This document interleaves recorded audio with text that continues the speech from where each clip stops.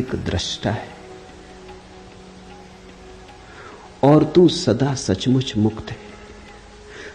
व्यक्ति दृश्य नहीं है, दृष्टा है। दुनिया में 3 तरह के व्यक्ति हैं। वे जो दृश्य बन गए, वे सबसे ज्यादा अंधेरे में। दूसरे वे जो दर्शक बन गए, वे पहले से थोड़े ठीक है लेकिन कुछ बहुत ज्यादा अंतर नहीं। तीसरे वे जो दृष्टा बन गए। तीनों को अलग अलग समझ लेना जरूरी है। जब तुम दृश्य बन जाते हो तो तुम वस्तु हो गए, तुमने आत्मा खो दी। इसलिए राजनेता में आत्मा को पाना मुश्किल है, अभिनेता में आत्मा को पाना मुश्किल है। वो दृश्य बन गया है, वो दृश्य बनने के लिए ही जीता है। उसकी सारी कोशिश ये है कि मैं लोगों को भला कैसे लगूं, सुंदर कैसे लगूं, श्रेष्ठ कैसे लगूं। श्रेष्ठ होने की चेष्टा नहीं है, श्रेष्ठ लगने की चेष्टा है। कैसे श्रेष्ठ दिखाई पड़ूं। तो जो दृश्य बन रहा है वो पाखंडी हो जाता है। वो ऊपर से मुखौटे ओढ़ लेता है, ऊपर से सब आयोजन कर लेता है, भीतर सड़ता जाता है। फिर दूसरे वे लोग हैं जो दर्शक बन गए, उनकी बड़ी भीड़ है। स्वभावतः पहले तरह के लोगों के लिए दूसरे तरह के लोगों की जरूरत है, नहीं तो दृश्य बनेंगे लोग कैसे। कोई राजनेता बन जाता है, फिर ताली बजाने वाली भीड़ मिल जाती, तो दोनों में बड़ा मेल बैठ जाता है। नेता हो तो अनुयायी भी चाहिए, कोई नाच रहा हो तो दर्शक भी चाहिए, कोई गीत गा रहा हो तो सुनने वाले भी चाहिए। तो कोई दृश्य बनने में लगा है, कुछ दर्शक बनकर रह गए। दर्शकों की बड़ी भीड़ है। पश्चिम के मनोवैज्ञानिक बड़े चिंतित थे क्योंकि लोग बिल्कुल ही दर्शक होकर रह गए हैं। फिल्म देखाते हैं, रेडियो खोल लेते हैं, टेलीविजन के सामने बैठ जाते हैं घंटों। अमेरिका में करीब करीब औसत आदमी 6 घंटे रोज टेलीविजन देख रहा है। फुटबॉल का मैच हो देखाते हैं, कुश्ती हो रही हो तो देखाते हैं, क्रिकेट हो तो देखाते हैं, ओलंपिक हो तो देखाते हैं। बस सिर्फ देखने वाले रह गए, खड़े हैं दर्शक की तरह राह के किनारे राहगीर। जीवन का जुलूस निकल रहा है, तुम देख रहे हो। कुछ हैं जो जीवन के जुलूस में सम्मिलित हो गए, वो जरा कठिन धंधा है, वहां बड़ी प्रतियोगिता है। जुलूस में सम्मिलित होना जरा मुश्किल है, बड़े संघर्ष और बड़े आक्रमण की जरूरत है। लेकिन जुलूस को देखने वालों की भी जरूरत है, वो किनारे खड़े देख रहे हैं। अगर वो न हो तो जुलूस भी विदा हो जाए। तुम थोड़ा सोचो, अगर अनुयायी न चले पीछे तो नेताओं का क्या हो। अकेले झंडा ऊंचा रहे हमारा, बड़े बुद्धू मालूम पड़े, बड़े पागल मालूम पड़े। राह किनारे लोग चाहिए, भीड़ चाहिए, तो पागलपन भी ठीक मालूम पड़ता है। तुम थोड़ा सोचो, कोई देखने ना आए और क्रिकेट का मैच होता रहे, मैच के प्राण निकल गए। मैच के प्राण मैच में थोड़ी, वो देखने जो लाखों लोग इकट्ठे होते हैं उनमें। और आदमी अद्भुत है, आदमी तो घुड़दौड़ देखने भी जाते हैं। ये पूरा कोरेगांव पार्क घुड़दौड़ देखने वालों की बस्ती। ये बड़ी हैरानी की बात है, आदमी को दौड़ाओ, कोई घोड़ा देखने नहीं आता। घोड़े दौड़ते हैं, आदमी देखने जाते हैं। ये घोड़ों से भी गई बीती स्थिति हो गई। देखते ही देखते जिंदगी बीत जाती। दर्शक प्रेम करते नहीं तुम, फिल्म में प्रेम चलता है वो देखते हो।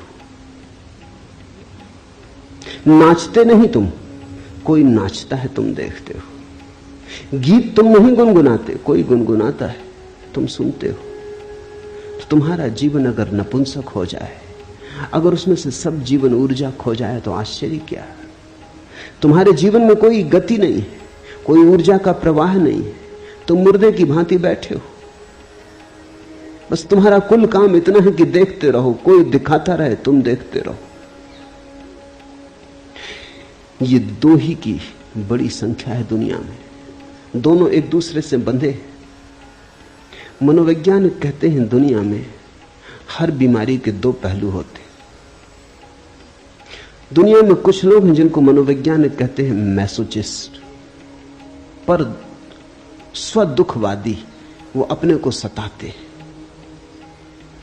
और दुनिया में दूसरा एक वर्ग है जिसको मनोवैज्ञानिक कहते हैं सैडिस्ट, पर दुखवादी, दूसरे को सताते। दोनों की जरूरत है, इसलिए दोनों जब मिल जाते हैं तो बड़ा राग रंग चलता है। मनोवैज्ञानिक कहते हैं कि अगर पति दूसरों को सताने वाला हो और स्त्री खुद को सताने वाली हो तो इससे बढ़िया जोड़ा और दूसरा नहीं होता। स्त्री अपने को सताने में मजा लेती है, पति दूसरे को सताने में मजा लेता है। राम मिलाई जोड़ी, कोई अंधा कोई कोढ़ी, मिल गए, बिल्कुल मिल गए, बिल्कुल ठीक बैठ गए। हर बीमारी के दो पहलू होते हैं। दृश्य और दर्शक एक ही बीमारी के दो पहलू। स्त्रियां आमतौर से दृश्य बनना पसंद करती, पुरुष आमतौर से दर्शक बनना पसंद करते। मनोवैज्ञानिकों की भाषा में स्त्रियों को वो कहते हैं एग्जिबिशनिस्ट, नुमाइशी। उनका सारा रस नुमाइश बनने में। मुल्ला नसरुद्दीन मक्खियां मार रहा था, बहुत मक्खियां हो गई, तो पत्नी ने कहा इनको हटाओ। आईने के पास मक्खियां मार रहा था, बोला कि एक जोड़ा, दो मादाएं बैठी। पत्नी ने कहा हद हो गई, तुमने पता कैसे चलाया कि नर हैं कि मादाएं? उन्होंने कहा घंटे, कपड़ों में, वस्त्रों में, सजावट में, श्रृंगार में। और बड़ी हैरानी की बात है, इतने सज धज के निकलती हैं, फिर कोई धक्का दे तो नाराज होती, कोई धक्का ना दे तो भी दुखी होंगी, क्योंकि धक्का देने के लिए इतना सज धजने का इंसान था, नहीं तो प्रयोजन क्या था? पति के सामने स्त्रियां नहीं सजती, पति के सामने तो वो भैरवी बनी बैठी रहती, क्योंकि वहां धक्का मुक्का समाप्त हो चुका है। लेकिन घर के बाहर जाएं तो बड़ी तैयारी करती, वहां दर्शक मिलेंगे, वहां दृश्य बनना है। मनुष्य को, पुरुष को मनोवैज्ञानिक कहते हैं वोयूर। उसकी सारी नजर देखने में, उसका रस देखने में। स्त्रियों को देखने में रस नहीं, दिखाने में रस। इसलिए तो स्त्री पुरुषों का जोड़ा बैठ जाता, बीमारी के दो पहलू बिल्कुल एक साथ बैठ जाते। और ये दोनों ही अवस्थाएं रुग्ण हैं। अष्टावक्र कहते हैं मनुष्य का स्वभाव दृष्टा का है, न तो दृश्य बनना है और न दर्शक। अब कभी तुम ये भूल मत कर लेना, कई बार मैंने देखा है कुछ लोग ये भूल कर लेते हैं, वो समझते हैं दर्शक हो गए तो दृष्टा हो गए। इन दोनों शब्दों में बड़ा बुनियादी फर्क है। भाषा कोश में शायद फर्क ना हो, वहां दर्शक और दृष्टा का एक ही अर्थ होगा, लेकिन जीवन के कोश में बड़ा फर्क है। दर्शक का अर्थ है दृष्टि दूसरे पर है, और दृष्टा का अर्थ है दृष्टि अपने पर है। दृष्टि देखने वाले पर है तो दृष्टा, और दृष्टि दृश्य पर है तो दर्शक। बड़ा क्रांतिकारी भेद है, बड़ा बुनियादी भेद है। जब तुम्हारी नजर दृश्य पर अटक जाती है और तुम अपने को भूल जाते हो तो दर्शक। जब तुम्हारी दृष्टि से सब दृश्य विदा हो जाते हैं, तुम ही तुम रह जाते हो, जागरण मात्र रह जाता, होश मात्र रह जाता, तो दृष्टा। तो दर्शक तो तुम तब हो जब तुम बिल्कुल विस्मृत हो गए, तुम अपने को भूल ही गए, नजर लग गई। वहां सिनेमा हॉल में बैठे हो, 3 घंटे के लिए अपने को भूल जाते हो, याद ही नहीं रहती कि तुम कौन हो। दुख सुख चिंताएं सब भूल जाती, इसलिए तो भीड़ वहां पहुंचती। जिंदगी में बड़ा दुख है, चिंता है, परेशानी, कहीं चाहिए भूलने का उपाय। लोग बिल्कुल एकाग्र चित्त हो जाते, बस ध्यान उनका लगता ही फिल्म में। वहां देखते हैं पर्दे पे कुछ भी नहीं है, छायाएं डोल रही, मगर लोग बिल्कुल एकाग्र चित्त हैं। बीमारी भूल जाती, चिंता भूल जाती, बुढ़ापा भूल जाता, मौत भी आती हो तो भूल जाती। लेकिन दृष्टा नहीं हो गए हो तुम फिल्म में बैठ के, दर्शक हो गए, भूल ही गए अपने को। स्मरण ही ना रहा कि मैं कौन हूं। ये जो देखने की ऊर्जा है भीतर, इसकी तो स्मृति ही खो गई। बस सामने दृश्य है, उसी पर अटक गए, उसी में सब भांति डूब गए। दर्शक होना एक तरह का आत्मविस्मरण है, और दृष्टा होने का अर्थ है सब दृश्य विदा हो गए, पर्दा खाली हो गया। अब कोई फिल्म नहीं चलती वहां, न कोई विचार रहे, न कोई शब्द रहे। पर्दा बिल्कुल शून्य हो गया, कोरा और शुभ्र सफेद। देखने को कुछ भी न बचा, सिर्फ देखने वाला बचा। और अब देखने वाले में डुबकी लगी तो दृष्टा। दृश्य और दर्शक, मनुष्यता इनमें बटी। कभी कभी कोई दृष्टा होता है, कोई अष्टावक्र, कोई कृष्ण, कोई महावीर, कोई बुद्ध। कभी कभी कोई जागता और दृष्टा होता है। तू सबका एक दृष्टा है। और इस सूत्र की खूबियां ये हैं कि जैसे ही तुम दृष्टा हुए, तुम्हें पता चलता है दृष्टा तो एक ही है संसार में, बहुत नहीं। दृश्य बहुत है, दर्शक बहुत है। अनेकता का अस्तित्व ही दृश्य और दर्शक के बीच है। वो झूठ का जाल है। दृष्टा तो एक ही है। ऐसा समझो कि चांद निकला, पूर्णिमा का चांद निकला।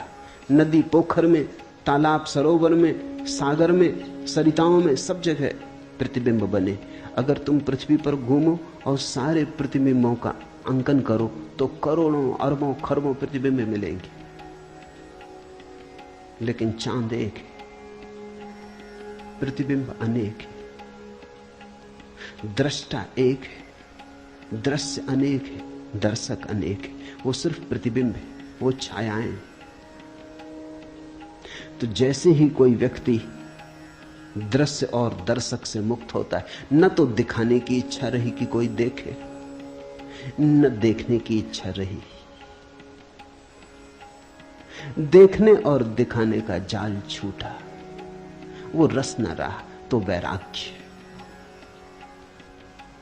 अब कोई इच्छा नहीं होती कोई देखे और कहे कि सुंदर हो, सज्जन हो, संत हो, साधु हो। अगर इतनी भी इच्छा भीतर रह गई कि लोग तुम्हें साधु समझें, तो अभी तुम पुराने जाल में पड़े हो। अगर इतनी भी आकांक्षा रह गई मन में कि लोग तुम्हें संत पुरुष समझें, तो तुम अभी पुराने जाल में पड़े हो। अभी संसार नहीं छूटा। संसार ने नया रूप लिया, नया ढंग पकड़ा, लेकिन यात्रा पुरानी ही जारी है, सातत्य पुराना ही जारी। क्या करोगे देखकर? खूब देखा, क्या पाया? क्या करोगे दिखाकर? कौन है यहां जिसको दिखा के कुछ मिलेगा? इन दोनों से पार हटकर, द्वंद्व से हटकर जो दृष्टा में डूबता है, तो पाता है कि एक ही है। ये पूर्णिमा का चांद तो एक ही है। ये सरोवरों, पोखरों, तालाबों, सागरों में अलग अलग दिखाई पड़ता था। अलग अलग दर्पण थे, इसलिए दिखाई पड़ता था।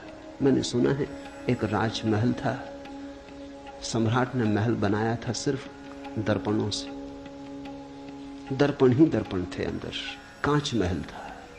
एक कुत्ता, सम्राट का खुद का कुत्ता, रात बंद हो गया, भूल से अंदर रह गया। उस कुत्ते की अवस्था तुम समझ सकते हो क्या हुई होगी। वही आदमी की अवस्था है। उसने चारों तरफ देखा, कुत्ते ही कुत्ते थे। हर दर्पण में कुत्ता था। वो घबरा गया, वो भौंका। जब आदमी भयभीत होता है तो दूसरे को भयभीत करना चाहता है। शायद दूसरा भयभीत हो जाए तो अपना भय कम हो जाए। वो भौंका, लेकिन स्वभाव था वहां तो दर्पण ही थे। दर्पण दर्पण से कुत्ते भौंके, आवाज उसी पर लौट आई, अपनी ही प्रतिध्वनि थी। और रात भर भौंकता रहा और बांकता और दर्पणों से जूझता लहूलुहान हो गया। वहां कोई भी न था, अकेला था। सुबह मरा हुआ पाया गया। सारे भवन में खून के चिन्ह थे। उसकी कथा आदमी की कथा है। यहां दूसरा नहीं, यहां अन्य है ही नहीं, जो है अनन्य है। यहां एक है, लेकिन उस एक को जब तक तुम भीतर से ना पकड़ लोगे ख्याल में ना आएगा। तू सबका एक दृष्टा है और सदा सचमुच मुक्त है। अष्टावक्र कहते हैं सचमुच मुक्त है। इसे कल्पना मत समझना। आदमी बहुत अद्भुत है। आदमी सोचता है कि संसार तो सत्य है और ये सत्य की बातें सब कल्पना है। दुख तो सत्य मानता है, सुख की कोई किरण उतरे तो मानता है कोई सपना है, कोई धोखा है। मेरे पास लोग आते हैं, वो कहते हैं बड़ा आनंद मालूम हो रहा है। शक होता है ये कहीं भ्रम तो नहीं। दुख में इतने जन्मों जन्मों तक रहे कि भरोसा ही खो गया कि आनंद हो भी सकता है। आनंद असंभव मालूम होने लगा है। रोने का अभ्यास ऐसा हो गया है, दुख का ऐसा अभ्यास हो गया है, कांटों से ऐसी पहचान हो गई कि फूल अगर दिखाई भी पड़े तो भरोसा नहीं आता, लगता है सपना है, आकाश कुसुम, होगा नहीं, हो नहीं सकता। इसलिए अष्टावक्र कहते हैं सचमुच मुक्त है। व्यक्ति बंधा नहीं है। बंधन असंभव है क्योंकि केवल परमात्मा है, केवल एक है। न तो बांधने को कुछ है, न बंधने को कुछ है। तू सदा सचमुच मुक्त है। इसलिए अष्टावक्र जैसे व्यक्ति कहते हैं कि इसी क्षण चाहे तो मुक्त हो सकता है, क्योंकि मुक्त है ही। मुक्ति में कोई बाधा नहीं, बंधन कभी पड़ा नहीं, बंधन केवल माना हुआ है। तेरा बंधन तो यही है कि तू अपने को छोड़ दूसरे को दृष्टा देखता है। एको दृष्टासी सर्वस्य मुक्त प्रायो असि सर्वदा अयमेव ही ते बंधो दृष्टारम पश्य सीतरम। एक ही बंधन है कि तू अपने को छोड़ दूसरे को दृष्टा देखता है, और एक ही मुक्ति है कि तू अपने को दृष्टा जान ले। तो इस प्रयोग को थोड़ा करना शुरू करें। देखते हैं, वृक्ष के पास बैठे, वृक्ष दिखाई पड़ रहा है, तो धीरे धीरे वृक्ष को देखते देखते उसको देखना शुरू करें जो वृक्ष को देख रहा है। जरा से हेरफेर की बात है। साधारणता चेतना का तीर वृक्ष की तरफ जा रहा है। इस तीर को दोनों तरफ जाने दें, इसका फल दोनों तरफ कर लें। वृक्ष को भी देखें और साथ ही चेष्टा करें उसको भी देखने की जो देख रहा है। देखने वाले को न भूलें, देखने वाले को पकड़ पकड़ लें। बार बार भूलेगा, पुरानी आदत है, जन्मों की आदत है, भूलेगा, लेकिन बार बार देखने वाले को पकड़ लें। जैसे जैसे देखने वाला पकड़ में आने लगेगा, कभी कभी क्षण भर को ही आएगा, लेकिन क्षण भर को ही पाएंगे एक अपूर्व शांति का उदय हुआ, एक आशीष बरसा, एक सौभाग्य की किरण उतरी। एक क्षण को भी अगर ऐसा होगा तो एक क्षण को भी मुक्ति का आनंद मिलेगा, और वो आनंद तुम्हारे जीवन के स्वाद को और जीवन की धारा को बदल देगा। शब्द नहीं बदलेंगे तुम्हारे जीवन की धारा को, शास्त्र नहीं बदलेंगे, अनुभव बदलेगा, स्वाद बदलेगा। यहां मुझे सुन रहे हैं, दो तरह से सुना जा सकता है। सुनते वक्त मैं जो बोल रहा हूं अगर उस पर ही ध्यान रहे और तुम अपने को भूल जाओ तो फिर तुम दृष्टा ना रहे, श्रोता ना रहे, श्रावक ना रहे। तुम्हारा ध्यान मुझ पे अटक गया तो तुम दर्शक हो गए। आंख से ही दर्शक नहीं हुआ जाता, कान से भी दर्शक हुआ जाता है। जब भी ध्यान ऑब्जेक्ट पर, विषय पर अटक जाए तो तुम दर्शक हो गए। सुनते वक्त सुनो मुझे, साथ में उसको भी देखते रहो, पकड़ते रहो, टटोलते रहो जो सुन रहा है। निश्चित ही तुम सुन रहे हो, मैं बोल रहा हूं। बोलने वाले पर ही नजर ना रहे, सुनने वाले को भी पकड़ते रहो, बीच बीच में उसको ख्याल लेते रहो। धीरे धीरे तुम पाओगे कि जिस घड़ी में तुमने सुनने वाले को पकड़ा, उसी घड़ी में तुमने मुझे सुना, से सब व्यर्थ गया। जब तुम सुनने वाले को पकड़ के सुनोगे तब जो मैं कह रहा हूं वही तुम्हें सुनाई पड़ेगा। और अगर तुमने सुनने वाले को नहीं पकड़ा है तो तुम न मालूम क्या क्या सुन लोगे जो मैंने ना तो कहा ना अष्टावक्र ने कहा। तब तुम्हारा मन बहुत से जाल बुन लेगा। तुम बेहोश हो। बेहोशी में तुम कैसे होश की बातें समझ सकते हो? ये बातें होश की हैं, ये बातें किसी और दुनिया की हैं। तुमने अगर नींद में सुना तो तुम इन बातों के आसपास अपने सपने गूंथ लोगे, तुम इन बातों का रंग खराब कर दोगे, तुम इनको पोत लोगे, तुम अपने ढंग से इनका अर्थ निकाल लोगे, तुम इनकी व्याख्या कर लोगे। तुम्हारी व्याख्या में ही ये अद्भुत वचन मुर्दा हो जाएंगे। तुम्हारे हाथ लाश लगेगी अष्टावक्र की। जीवित अष्टावक्र से तुम चूक जाओगे, क्योंकि जीवित अष्टावक्र को पकड़ने के लिए तो तुम्हें अपने दृष्टा को पकड़ना होगा। वहां है जीवित अष्टावक्र। इसे ख्याल में लो। सुनते हो मुझे, सुनते सुनते उसको भी सुनने लगो जो सुन रहा है। तीर दोहरा हो जाए, मेरी तरफ हो तुम्हारी तरफ भी हो। अगर मैं भूल जाऊं तो कोई हर्जा नहीं, लेकिन तुम नहीं भूलने चाहिए। और एक ऐसी घड़ी आती है जब ना तो तुम रह जाते ना मैं रह जाता। एक ऐसी परम शांति की घड़ी आती है जब दो नहीं रह जाते, एक ही बचता है। तुम ही बोल रहे हो, तुम ही सुन रहे हो, तुम ही देख रहे हो, तुम ही दिखाई पड़ रहे हो। उस घड़ी के लिए ही इशारा अष्टावक्र कर रहे हैं कि वो एक है दृष्टा और सदा सचमुच मुक्त है। बंधन स्वप्न जैसा है। आज रात तुम पूना में सोओगे, लेकिन नींद में तुम कलकत्ते में हो सकते हो, दिल्ली में हो सकते हो, काठमांडू में हो सकते हो, कहीं भी हो सकते हो। सुबह जाग के फिर तुम अपने को पूना में पाओगे।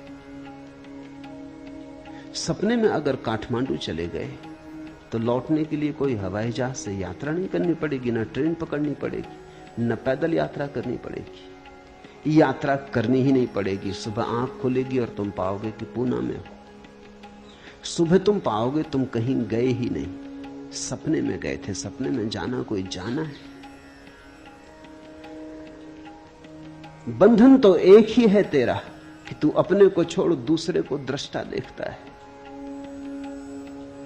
एक ही बंधन है कि हमें अपना होश नहीं, अपने दृष्टा का होश नहीं। एक तो ये अर्थ है इस सूत्र का, एक और भी अर्थ है, वो भी ख्याल में ले लेना चाहिए। अपने चैतन्य को किसी और चीज से जोड़ लेना।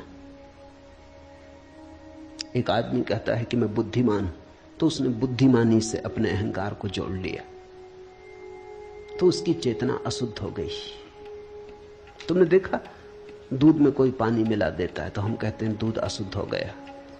लेकिन अगर पानी मिलाने वाला कहे कि हमने बिल्कुल शुद्ध पानी मिलाया है, फिर तब भी तुम कहोगे अशुद्ध हो गया। शुद्ध पानी मिलाओ या अशुद्ध, ये थोड़ी सवाल है। पानी मिलाया, इससे कोई फर्क नहीं पड़ता कि तुमने शुद्ध पानी मिलाया, तो भी दूध तो अशुद्ध हो गया।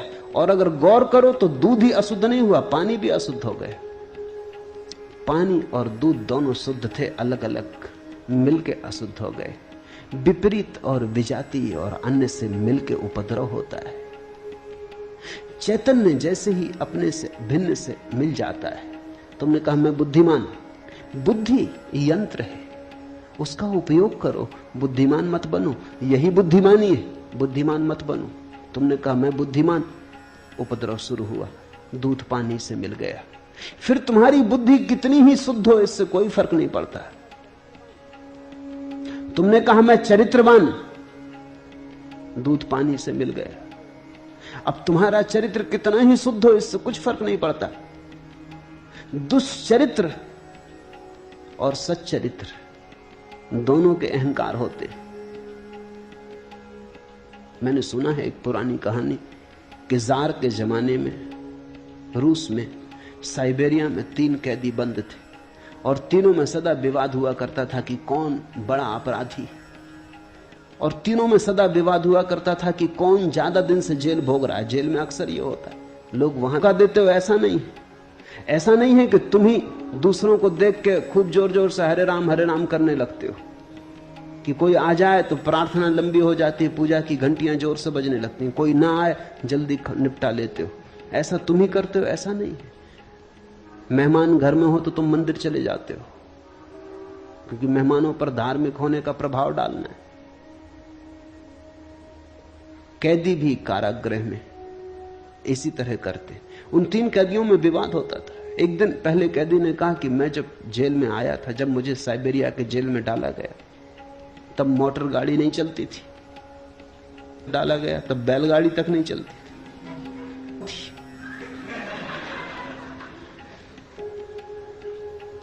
जिस कोठरी में उसे भेजा गया था, उस कोठरी में एक दादा पहले से ही जमे थे। उन दादा ने पूछा कि कितने दिन रहेगा? कि ये कोई 20 साल की सजा हुई। उसने कहा तू दरवाजे पे रह, तुझे जल्दी निकलना पड़ेगा, तू दरवाजे के पास ही अपना बिस्तरा लगा ले। अपराधी भले के साथ भी भरता है, लेकिन दोनों स्थितियों में चैतन्य अशुद्ध हो जाता है। अष्टावक्र कहते हैं मैं एक विशुद्ध बोध हूं, न तो मैं बुद्धिमान हूं, न मैं चरित्रवान हूं, न मैं चरित्रहीन हूं, न मैं सुंदर हूं, न मैं असुंदर हूं, न मैं जवान हूं, न मैं बूढ़ा हूं, न गोरा न काला, न हिंदू न मुसलमान, न ब्राह्मण न शूद्र। मेरा कोई तादात्म्य नहीं, मैं इन सबको देखने वाला हूं। जैसे तुमने दिया जलाया अपने घर में, तो दिए की रोशनी टेबल पे भी पड़ती, कुर्सी पे भी पड़ती, दीवार पे भी पड़ती, दीवार घड़ी पे भी पड़ती, फर्नीचर पे, अलमारी पर, कालीन पर, फर्श पर, छप्पर पर, सब पे पड़ती। तुम बैठे तुम पे भी पड़ती। लेकिन ज्योति न तो दीवार है, न छप्पर है, न फर्श है, न टेबल है, न कुर्सी है। सब रोशन है उस रोशनी में, लेकिन रोशनी अलग है। शुद्ध चैतन्य तुम्हारी रोशनी है, तुम्हारा बोध है। वो बोध तुम्हारी बुद्धि पर भी पड़ता, तुम्हारी देह पर भी पड़ता, तुम्हारे कृत्य पर भी पड़ता, लेकिन तुम उनमें से कोई भी नहीं हो। जब तक तुम अपने को किसी से जोड़ के जानोगे, तब तक अहंकार पैदा होगा। अहंकार है चेतना का किसी अन्य वस्तु से तादात्म्य।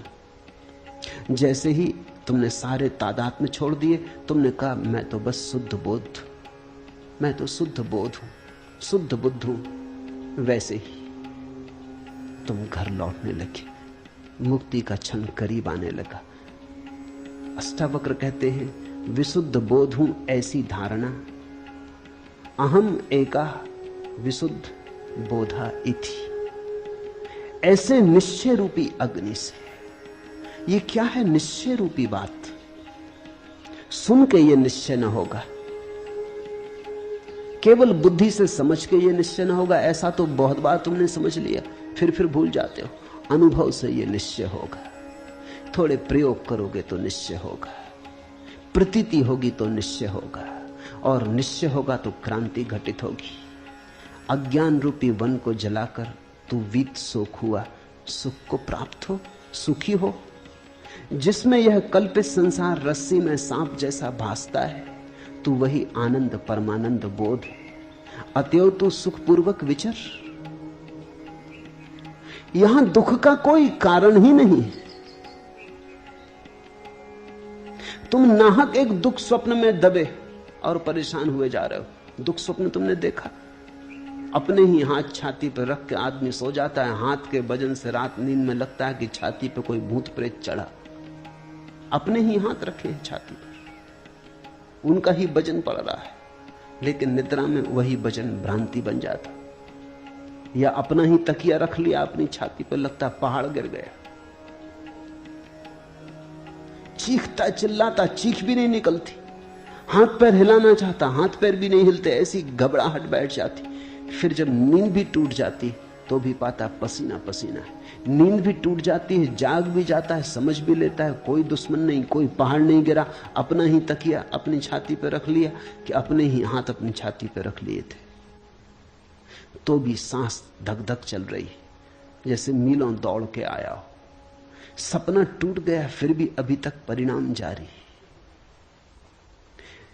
जिसको हम ये संसार के दुख कह रहे हैं वो हमारी ही बोध की भ्रांतियां हैं, जिसमें यह कल्पित संसार रस्सी में सांप जैसा भासता है। तुमने देखा कभी रस्सी पड़ी हो रास्ते पर अंधेरे में, बस सांप का ख्याल आ जाता, ख्याल आ गया तो रस्सी पर सांप आरोपित हो गया, भागे, चीख पुकार मचा दी।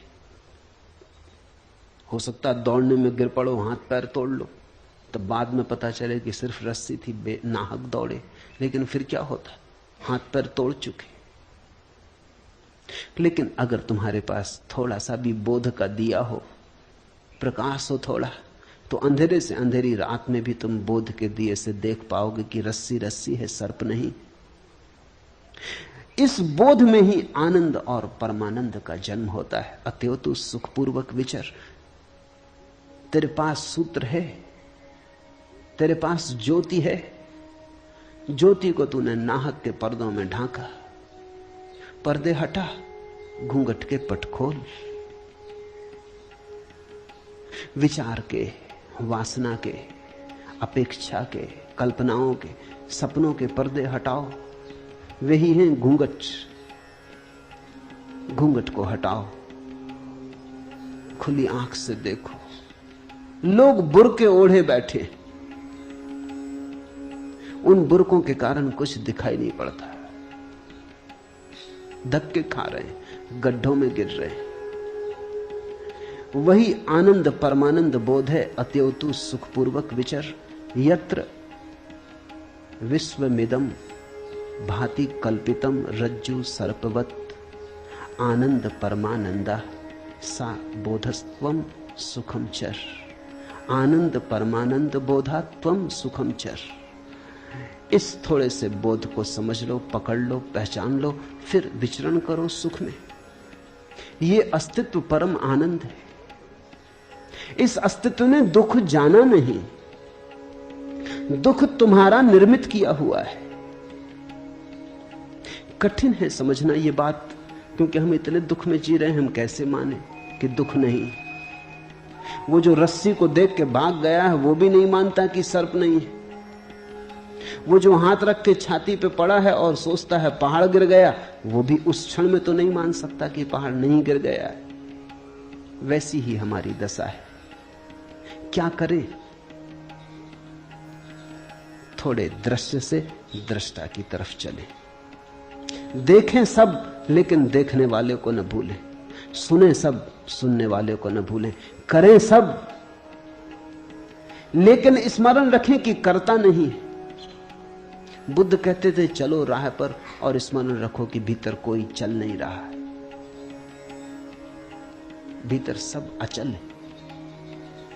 ऐसा ही है भी। गाड़ी के चाक को चलते देखा, कील तो ठहरी रहती, चाक चलता जाता। ऐसे ही जीवन का चाक चलता है, कील तो ठहरी हुई है। कील हो तुम।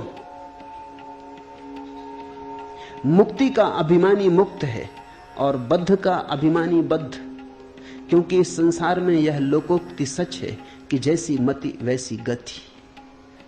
ये सूत्र मूल्यवान है। मुक्ति का अभिमानी मुक्त है। जिसने जान लिया कि मैं मुक्त हूं वो मुक्त है। मुक्ति के लिए कुछ और करना नहीं, इतना जानना ही है कि मैं मुक्त हूं। तुम्हारे करने से मुक्ति ना आएगी, तुम्हारे जानने से मुक्ति आएगी।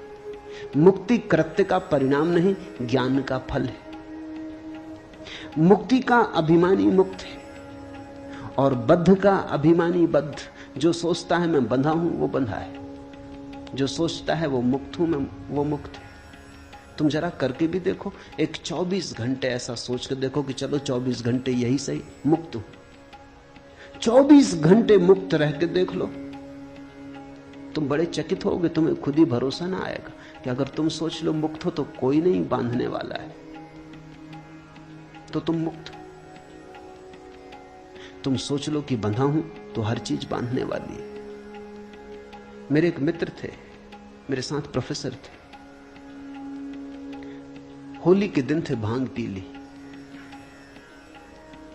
रास्ते पे शोरगुल मचा दिया, हुल्लड़ कर दिया। बड़े सीधे आदमी थे, सीधे आदमी के साथ खतरा है।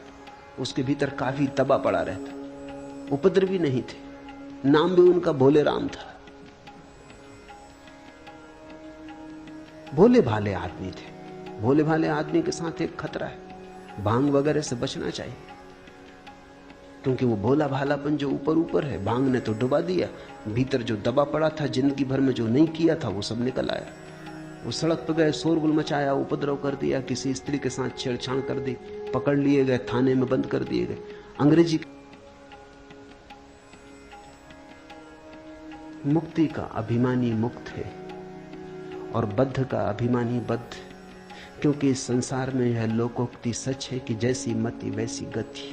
तुम जैसा सोचते हो वैसा ही हो गया है। तुम्हारे सोचने ने तुम्हारा संसार निर्मित कर दिया है। सोच को बदलो, जागो और ढंग से देखो। सब यही रहेगा, सिर्फ तुम्हारे देखने, सोचने, जानने के ढंग बदल जाएंगे और सब बदल जाएगा। मुक्ताभिमानी मुक्तो ही बद्धो बद्धाभिमान्यपि किम वदन्ति है सत्ययम या मतिसा गति भवेत, या मतिसा गति भवेत। तो जैसा सोचो, जैसी मति वैसी गति हो जाती। आत्मा साक्षी है, व्यापक है, पूर्ण है, एक है, मुक्त है, चेतन है, क्रिया रहित है, असंग है, निष्प्रह है, शांत है। वह भ्रम के कारण संसार जैसा भासता है। साक्षी, व्यापक, पूर्ण। सुनो इस शब्द को। अष्टावक्र कहते तुम पूर्ण हो। पूर्ण होना नहीं है,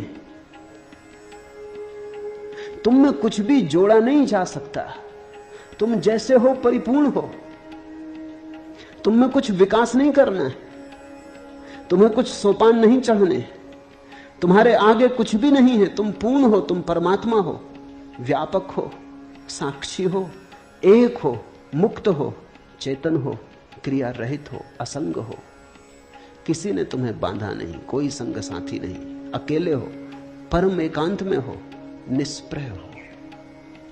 ऐसा होना नहीं है, यही फर्क है अष्टावक्र के संदेश का। अगर तुम महावीर को सुनो तो महावीर कहते ऐसा होना है।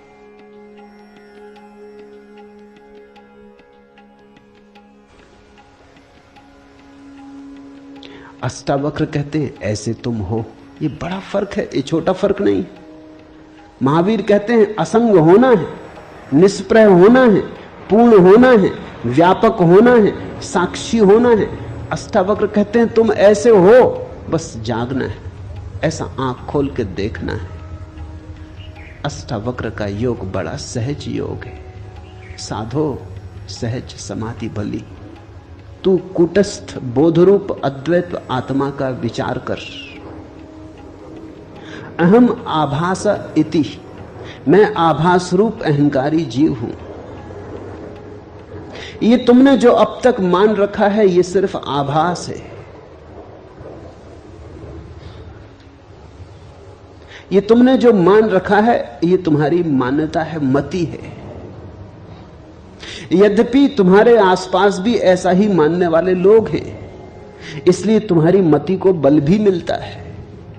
आखिर आदमी अपनी मति उधार लेता है, तुम दूसरों से सीखते हो। आदमी अनुकरण करता है।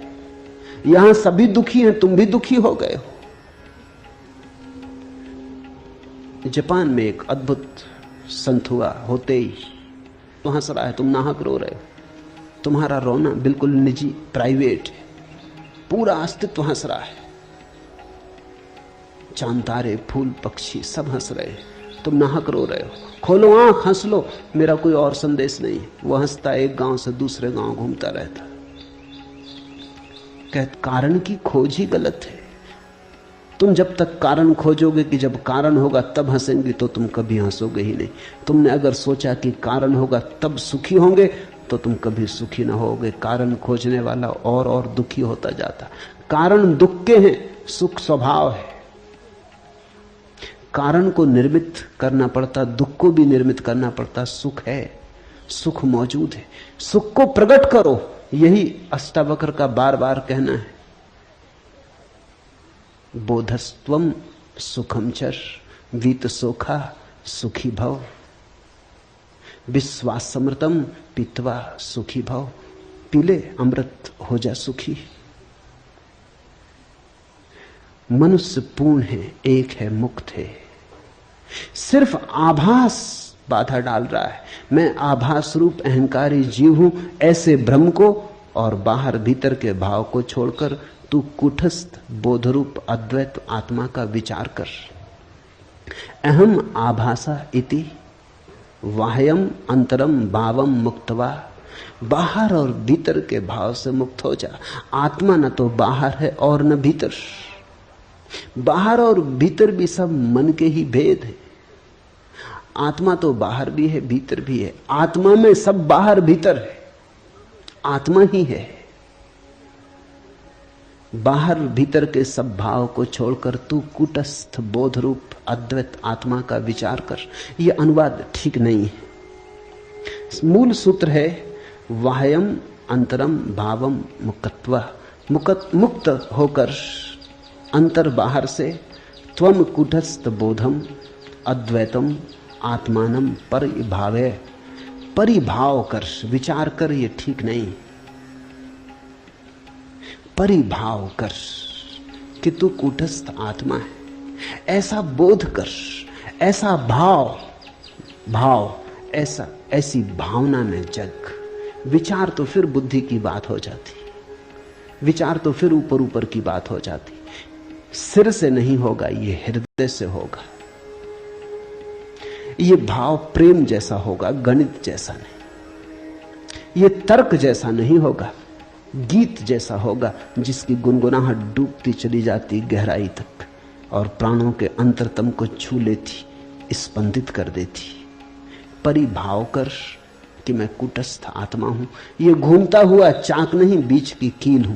कील यानी कूटस्थ।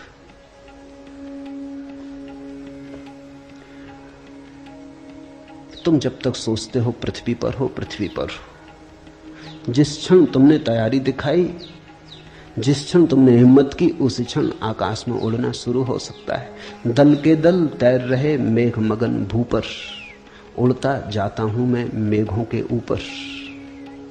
एक अजब लोक खुला है मेरे आगे, कोई सपना विराट सोए में जागे।